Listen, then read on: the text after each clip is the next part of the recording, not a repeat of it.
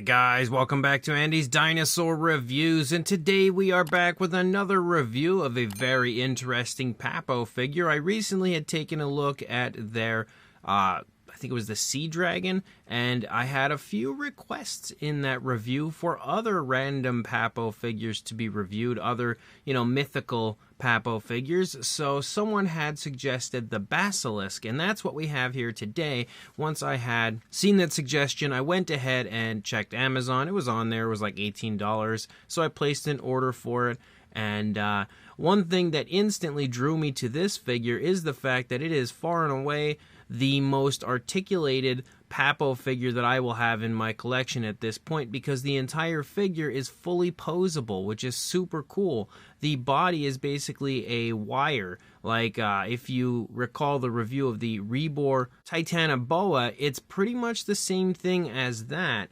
And that's really fun, honestly. And once I had seen that, I was instantly even more drawn to the idea of reviewing it than I was just based off of the request, which I was already probably going to grab it and review it for whoever wanted to see it. But the figure looks super cool, honestly, and I would say it's probably one of the coolest looking when it comes to mythical creature figures that I've seen from Papo as a whole, and it doesn't really look too sloppy or anything as far as the paintwork. Like, it looks quite nice. So let's go ahead and jump to a closer look, and we'll check it out from there. So starting up here at the head sculpt of our Basilisk, you can see it looks very nice, very reptilian, very snake-like overall. But you'll also notice that on top of that, we've got some nice paintwork. And basically, our Basilisk has a bluish tone, like a blue-green, for a large portion of the body.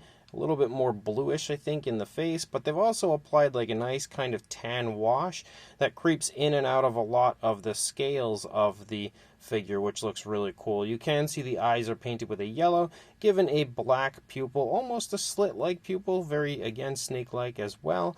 And you can see the detailing looks really, really nice through the course of the face. Most Papo figures, I made the mistake in my last review of the Sea Dragon saying all Papo figures, which would have been a lie, sport really nice sculpt and detail, but most Papo figures do. And when it comes to their mythical creatures, so far I don't really recall seeing any that look lackluster.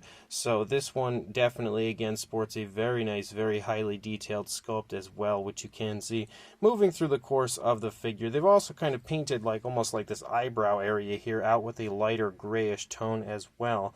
But you can see the nostrils sculpted out right there, and again, all of the detail looks really good. As you can see, we do also have an articulated jaw, and I honestly think that's probably one of the best hidden articulated jaws that I've seen from Papo so far. Like, you don't really notice it so much. If you come down here, you definitely do, but from the side, it's not quite as obvious that that is an articulated jaw as you usually see from Papo. And if you come over here to the front, you can look inside the mouth. You can see it looks really quite nice. We've got like some holes here on the lower jaw because that's where the teeth are going to slide into once you close the mouth. You have some decent paintwork in there, but nothing too impressive. But one thing that is really cool, if we move it over, I had to try to pull it out of the camera just for a minute so I could see it. You can see the tongue is articulated. It goes up and down on the inside of the mouth. It has, again, a slit-like tongue here at the end. Not too much in the way of detail or paintwork or anything. It's basically just like a darker, almost like a darker purplish tone for the tongue, but the fact that the tongue articulates, again, shows you how much articulation this figure really does have from Papo, which is not something I've ever personally seen before, would be an articulated tongue on a Papo release. You can see the teeth on the inside of the mouth are sculpted pretty decently. Like, there's definitely some extra material on them, which I can see, which does make them look a little bit cheap, but for the most part, it looks okay, not too bad as far as the paintwork and everything, and the detailing looks quite nice there on the inside of the mouth. And again, the jaw does work really quite nicely as well, and closes really nicely, which you can see there. These fangs kind of slip right down there into the lower jaw, which again helps the mouth to close quite nicely. Unfortunately, the tongue is always hanging out, but that's not the end of the world, I guess. You can see the eye as well is painted pretty nicely on this side, just like we saw on the initial side. And then as you move back here into the body, you start to pick up these like spikes here, basically moving along the back. They're all painted basically the same color as the body, but you can see the tips have been painted out with like a kind of like a light creamy sort of a coloration, like a I don't even know what you would say, maybe a tan or something, or an off-white following along those spikes. And they also have a little bit of a gloss coat on the tips of the spikes. But as you move down through the rest of the body, you can see again the scale detail is very nicely highlighted with that light wash that I was speaking of earlier on the figure, which does look really cool. And you also have some spikes kind of leading along the side of the figure. Now you'll see as I'm pushing them along, they're very flexible. And again, that's because this figure, like I said, is a wire basically through the entire body. So it's kind of like a softer, almost a real feel rubber, which is really nice. The head is a harder material, but the rest of the body you can see is very flexible. And if you look here at the underside, you can see a lighter tone down here.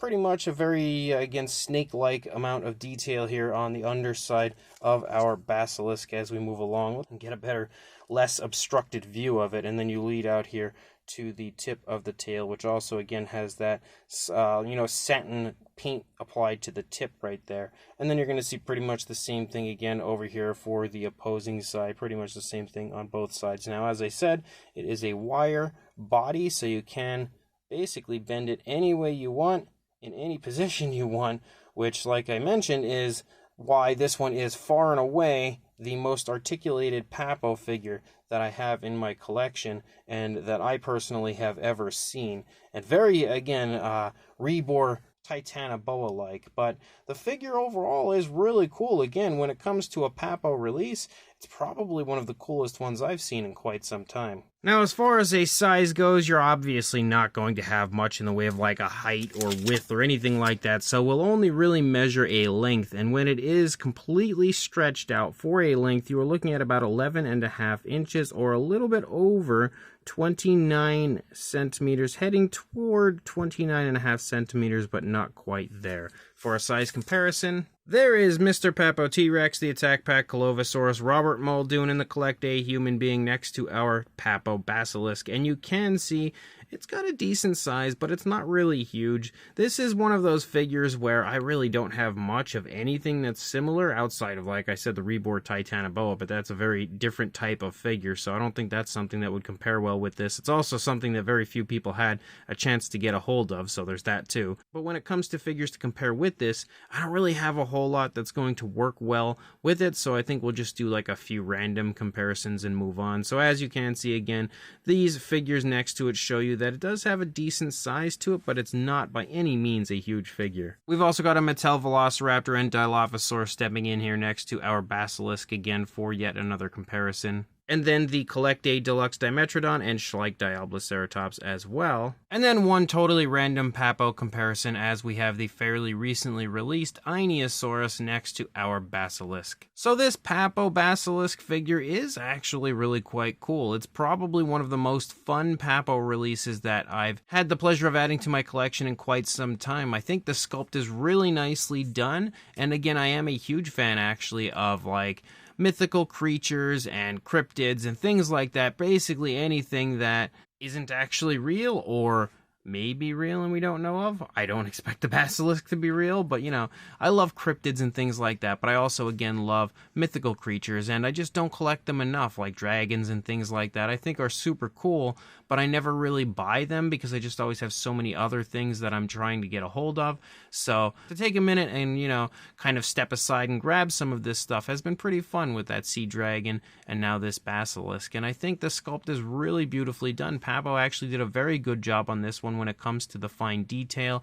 And on top of the really nice fine detail, they've also applied a nice paint job. I think the paint doesn't really look too sloppy or anything, and for the most part looks fairly decent through the course of the body. I love the wash they've applied and everything, and the fact that this thing is so insanely articulated and, you know, posable is just super, super cool. I didn't realize that Papo had a figure out like this that was this posable, so that was something that I was really a big fan of when I first saw it on Amazon, and having it here in person, it's also, again, even better, honestly, than I was expecting, and the wire body is just a beautiful touch to this figure, allowing you tons and tons of posability for it. The articulated jaw is also really nicely done, and the articulated tongue is pretty much just, I would say, the icing on the cake here.